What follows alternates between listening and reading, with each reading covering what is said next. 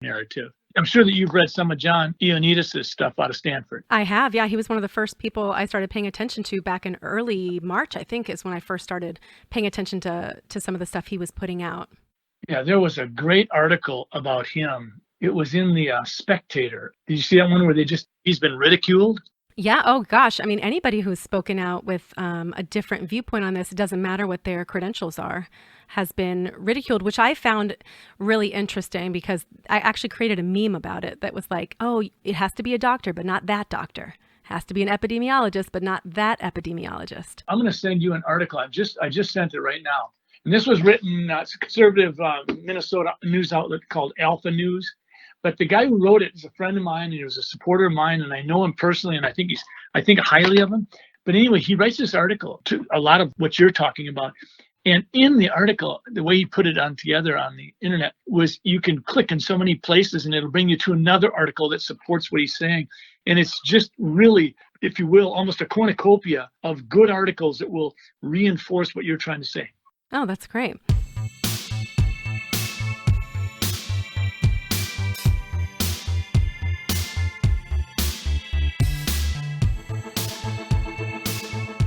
Welcome, everyone, to another episode of What They Aren't Telling You with Melissa Floyd. And today we are going to talk coronavirus. We're going to talk about COVID-19. We're going to go a little into, now that we're a couple months down the line, we're going to go a little more into some of the new discussions, some of the new debates on this. And we're not going to just be talking with myself here. We're going to be talking about somebody who knows their stuff. And I'm welcoming back Dr. Scott Jensen, Senator Scott Jensen, who we had on the Vaccine Conversation podcast. And we're going to continue talking with him. He was great. We had so many responses that were so positive to that. So I love specifically the fact that he spoke out with what we call an unpopular opinion. And that's actually what I wanted to title this podcast, but there were like 10 people that already had that title. So I had to go in a different direction, but essentially that's what I do. And those are the kind of conversations I want to bring to the table. So welcome to the show, Dr. Scott Jensen. Thank you very much, Melissa. It's good to be with you. So before we go into the questions, what do you think about that idea, this idea of an unpopular opinion? Would you consider yourself someone who has unpopular opinions, or is this kind of a new thing for you? That's a great question. I've always sort of thought that my experience as a physician in the trenches, taking care of primary care patients every day, combined with the fact that I've been teaching at the University of Minnesota Medical School for 30 plus years, would basically put me in a place where I was pretty much mainstream. I've always been very much a champion for patients to get to make their own choices. So when it came to vaccines, I always made sure that patients felt free to make the decision that they thought was best for them or for their family. But I never was really, if you will, cast as an outlier. But over the last 3 months now, it seems like since I came out and spoke against some of what the CDC had to say about death certificates, I've slowly been pushed into a corner, and I try desperately to say, hey, this isn't fair. I'm simply expressing my skepticism and doing my best to try to connect the dots, because really I think that's what I bring to the table. In the Senate, I see a lot of policy questions come across my desk. In my medical office, I take care of a lot of everyday patients. I take care of pediatrics. I've delivered 500 babies. And then teaching at the medical school, I continue to get exposure to the, if you will, those young residents and med students who ask hard questions because they don't necessarily accept things just because it's traditionally the way we do things. So it's been a surprise to me to see myself ostracized and at times demonized on social media. You know, it's funny too, like I consider myself a rule follower, and I've always kind of been that way. I was never the rebel. I was never the person that had to have the different viewpoint or had to go against the grain. I always consider myself somebody who is, again, very mainstream. I'm very logical, rational, data-based. But ever since 6 years ago when I got into the vaccine debate, because I was speaking out against legislation that mandated, I'm taking away exemptions, then of course you become the one that's attacked. And every mainstream media article that talks about, quote, anti-vaxxers and how horrible they are and how selfish they are, and you get totally outcasted. You get your friends, the people that I knew at that time, stopped speaking with me. I mean, you really became out there on your own. And it was a really hard thing for me at first. The longer I did it, of course, the more comfortable I kind of got with it. So when COVID came around, and right away my red flags were going up, there was definitely something about what the information was being presented that did not sit right with me because I was already researching data from other countries. So I was already looking into the Asian countries and what their statistics were in the end of January. So by early March, when we're getting this narrative here, I'm going, wait a second. Everybody said, oh, it's going to be like Italy. It's going to be like New York City's that's going to happen everywhere. And I'm thinking, but that's not the case, all these other places. And I don't know how a virus can behave so differently in one area, not the other. And so when I first started speaking out against COVID on the narrative, is same thing. I mean, I had people who followed me in the vaccine debate who said, Melissa, you know what? I really like what you do with your vaccine research, but I think you're wrong on this and you're being really irresponsible. And it was hard for me at first because I'm going, God, am I looking at this wrong? Am I, I question myself because I'm not really that comfortable with criticism when I feel like I'm doing the research, which is probably how you felt. You're looking at a medical opinion going, I'm not an outlier. This is data. That's exactly right. And I share your experience. And actually, it really hits close to home. I mean, it's family members, it's close friends, and we've had several issues emerge that seem to be lightning rods. I mean, I don't know if we're going to talk about masks today at all. For a while, the whole issue of fomite spread, where could a viral particle exist on a countertop or a doorknob or a cereal box for any length of time? And for 30 plus years, we've identified that viral particles, being the parasites that they do not survive sitting on a Cheerios box or sitting on a countertop for very long at all. There was some decent research done by Dr. Streeck, I think his name was, out of Germany, who actually said perhaps the only way that you could transmit COVID-19 would be if someone sneezed on their hand that had COVID-19, sneezed on their hand, opened a door, and immediately after they opened the door, someone else came to open the door and grabbed the door handle and then immediately touched their nose, their eyes, or their mouth. Maybe in that situation, he said, but otherwise, he said, this isn't happening. So we've had these moving debates where, we talked about masks and we talked about fomite spread and we're talking about lockdowns. And the people in the mainstream are doing everything they can to minimize the voice of the skeptic. And I was always taught by my dad, and Dad was a lawyer and a judge, and he was in the legislature, but he always taught us as kids that we should be able to argue both sides of an issue. And if we can't, then we don't know enough about the issue. And I think I could do that. I think I could go out there and put together a decent argument defending everything our Democratic Governor Walz in Minnesota has done. And I think I can do it the other way too, and put out an argument that says, no, we've made some real substantial miscues and we shouldn't do it again. But when I get to that point where I can argue both sides, then I get to use my own brain. And I have found that people are so appreciative of me coming out saying, listen, I'm not saying I'm a rocket scientist. I'm a bright enough guy, but I'm in a position where I can help connect the dots, translate some of the data, and give you both some time-tested advice, but also give you some rationale that you can doubt people. You don't have to buy what they're selling. Well, and your experience that you offer too, obviously you're in medicine. So I think it's just ironic that another doctor can come out and say, hey, this is a really serious virus. Everybody needs to wear masks. People are going to die. And then that's okay. But if you get the doctor who says, you know what, actually the mortality rate is very low. Masks don't prevent transmission. And there probably aren't going to be a ton of people dying the way we thought. Then that person all of a sudden is either a quack or you can't take them seriously, or they get put into a category of COVID deniers, whatever these categories that they make for people. It's just, but your dad's advice is pretty good. I like that idea. I was in a debate class in 8th grade. I really enjoyed it because you do have to learn enough about both sides. And maybe that's part of why I kind of do what I do and why people enjoy what I present, because I try to look at both sides of it before I present my opinion. And I've already thought of the counters before I even present my opinion in the first place, so that when somebody counters me, I'm already ready for that counter because I've already had that debate within my own head. And that's important because that's part of critical thinking, which is not what we're really seeing. We're seeing a lot of groupthink. That's exactly right. And actually, I looked up groupthink, and I think in my lifetime, I think of a couple of really sharp, crisp examples. One was the Challenger that exploded, And if you go back and look at the decision made within the preceding 48 hours about whether or not it was good for launch, considering the weather conditions and whether or not the O-ring could handle that kind of a cold temperature. And they've reenacted that whole groupthink process. And then the other one would certainly be Jimmy Jones in Guyana, I think in 1978, where he was able to get this almost 1,000 people to drink Kool-Aid, both physically and metaphorically. And that kind of groupthink is dangerous. And we're asked to, we could say groupthink, or we can say echo chamber, or we can say someone gets in a silo.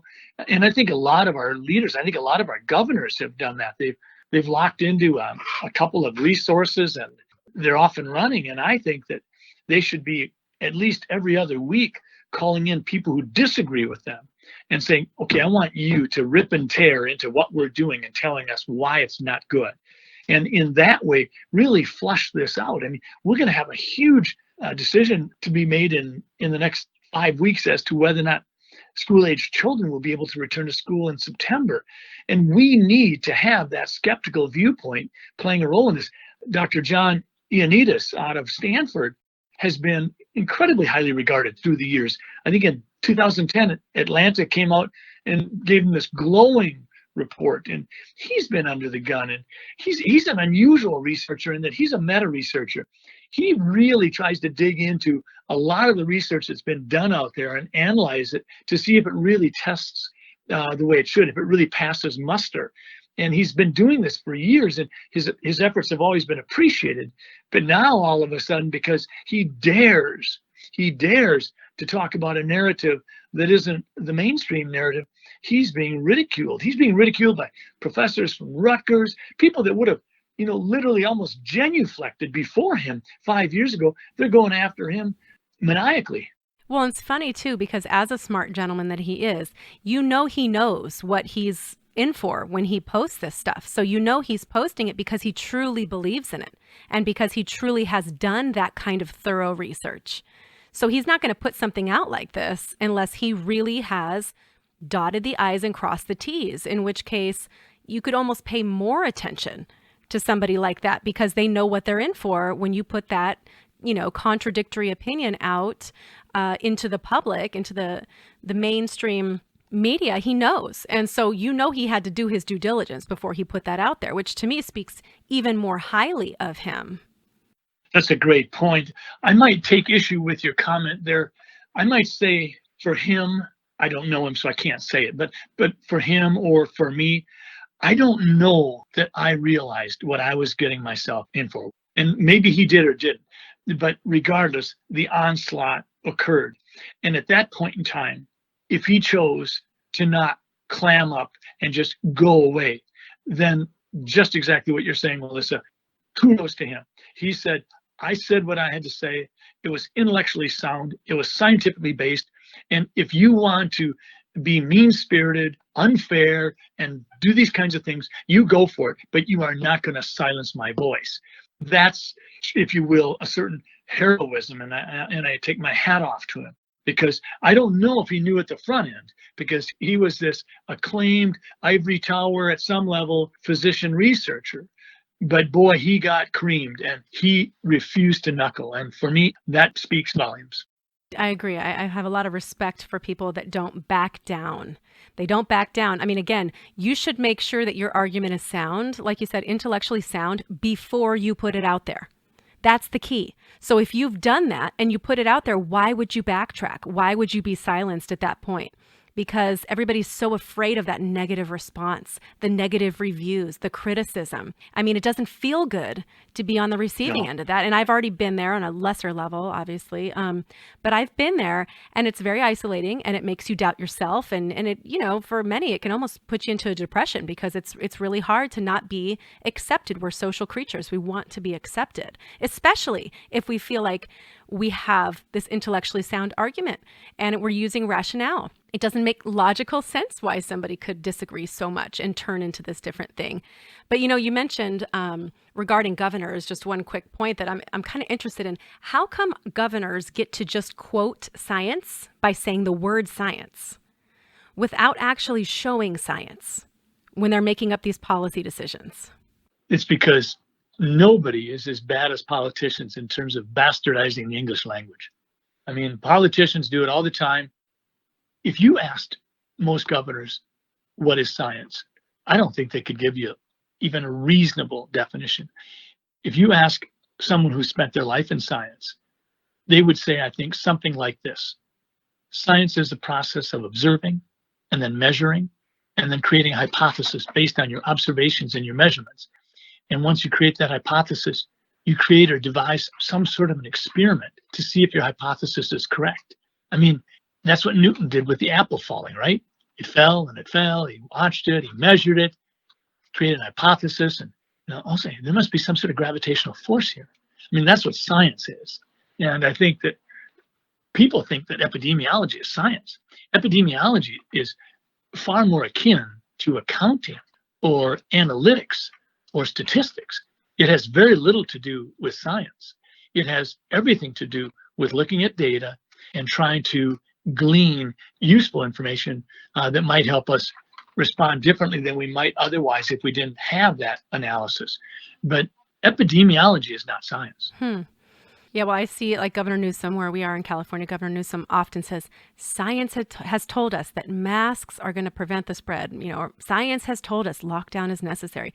Science has told us you're not allowed to leave your house. Whatever the thing is, he just says the word science. He never, ever, not one time, has said, here's the science me and my team are referring to. Here's the science I've been advised about.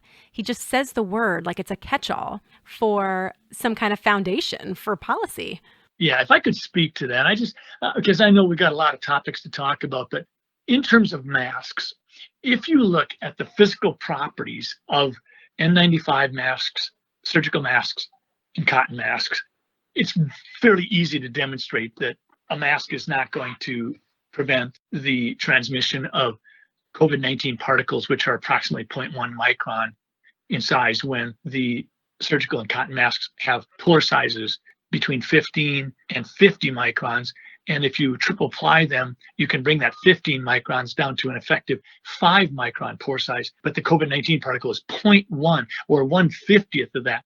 So that COVID-19 particle being filtered by a surgical mask is akin to looking at a chain link fence with the wire strands being 2 inches apart, which is 51 millimeters, and then stacking up 51 gnats, which are approximately 1 millimeter from nose to tail, a gnat is. So you'd have to, 51 gnats lined up in a row can traverse from one strand in a chain link fence to another. So what you're really saying then, when you say, okay, we expect a 5 micron pore to filter out a 0.1 micron sized COVID-19 particle, is the same as saying, we're not happy with the fact that our picnic area in our backyard has too many gnats. So to get rid of the gnats, we're going to put up a chain link fence. Now, who would do that? I mean, right. And there's been consistent science that has actually shown, based on influenza studies and things, also a virus particle, that this has not ever been proven. There's no real evidence that the mask wearing is going to prevent transmission. And then on top of that, you've got a country like China who was already wearing masks before the outbreak, and it still happened. And the other thing that we found is, okay, so say a mask was able to block 40% of the viral particles. So what we don't know in terms of the science, and we have to ask ourselves the question, is what role does viral load play? Because the amount of virus that you get exposed to matters. The COVID-19 is not like a game of tag where if a COVID-19 particle touches you, you're it. The viral load matters. If you've got a person who is sick with COVID-19 on day 3 versus day 9, by day 9, if they cough or sneeze, they're going to be expectorating less COVID-19 particles. They will be, if you will, less problematic in terms of spreading the disease. Their R number, R naught, should be lower. These things matter, but this is where we are in uncharted territory. So for people to speak like they're absolutely certain is just hogwash. And we have to recognize that this is uncharted water. We need to press the chill button and say, oh, you know what? We're learning. We've learned over the last 2 months that viral virulence is not much of a deal if it's on a cardboard box or on a piece of newspaper. We learned that. We still don't know about the masks. It's possible that we'll come out and say that the N95 mask really does everything we'd hoped it does. But most of the data shows that even though an N95 mask is definitely helpful, it's not foolproof.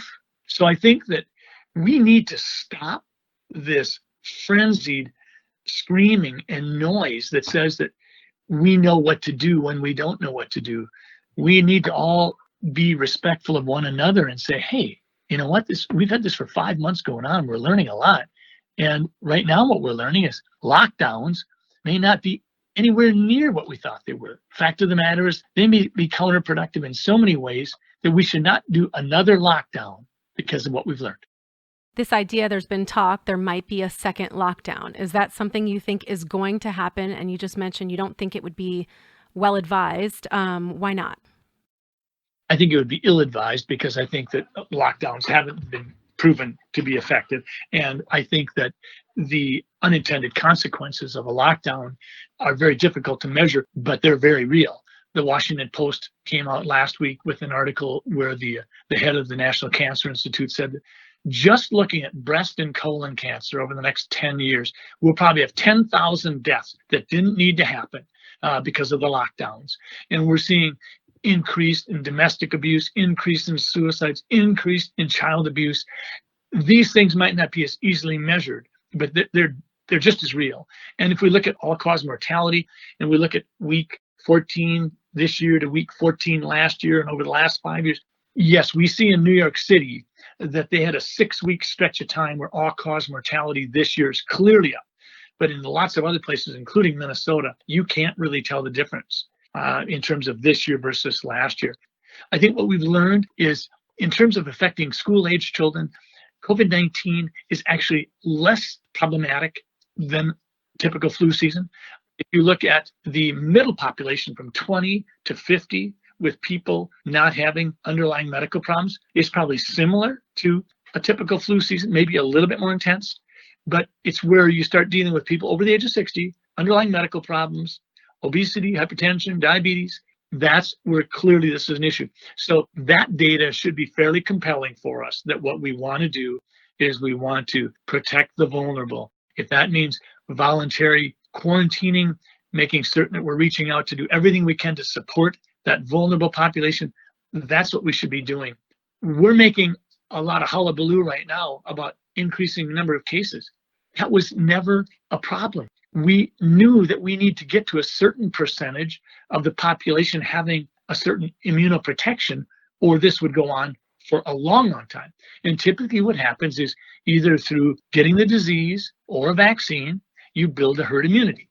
But one thing that oftentimes goes unexamined is something that's very important, and I've been talking about this for 3-4 weeks, is the whole idea of disease resistance, or if you will, innate immunity that would prevent you from getting the COVID-19 disease even if you wanted to. And it isn't necessarily reliant on having IgG and IgM antibodies.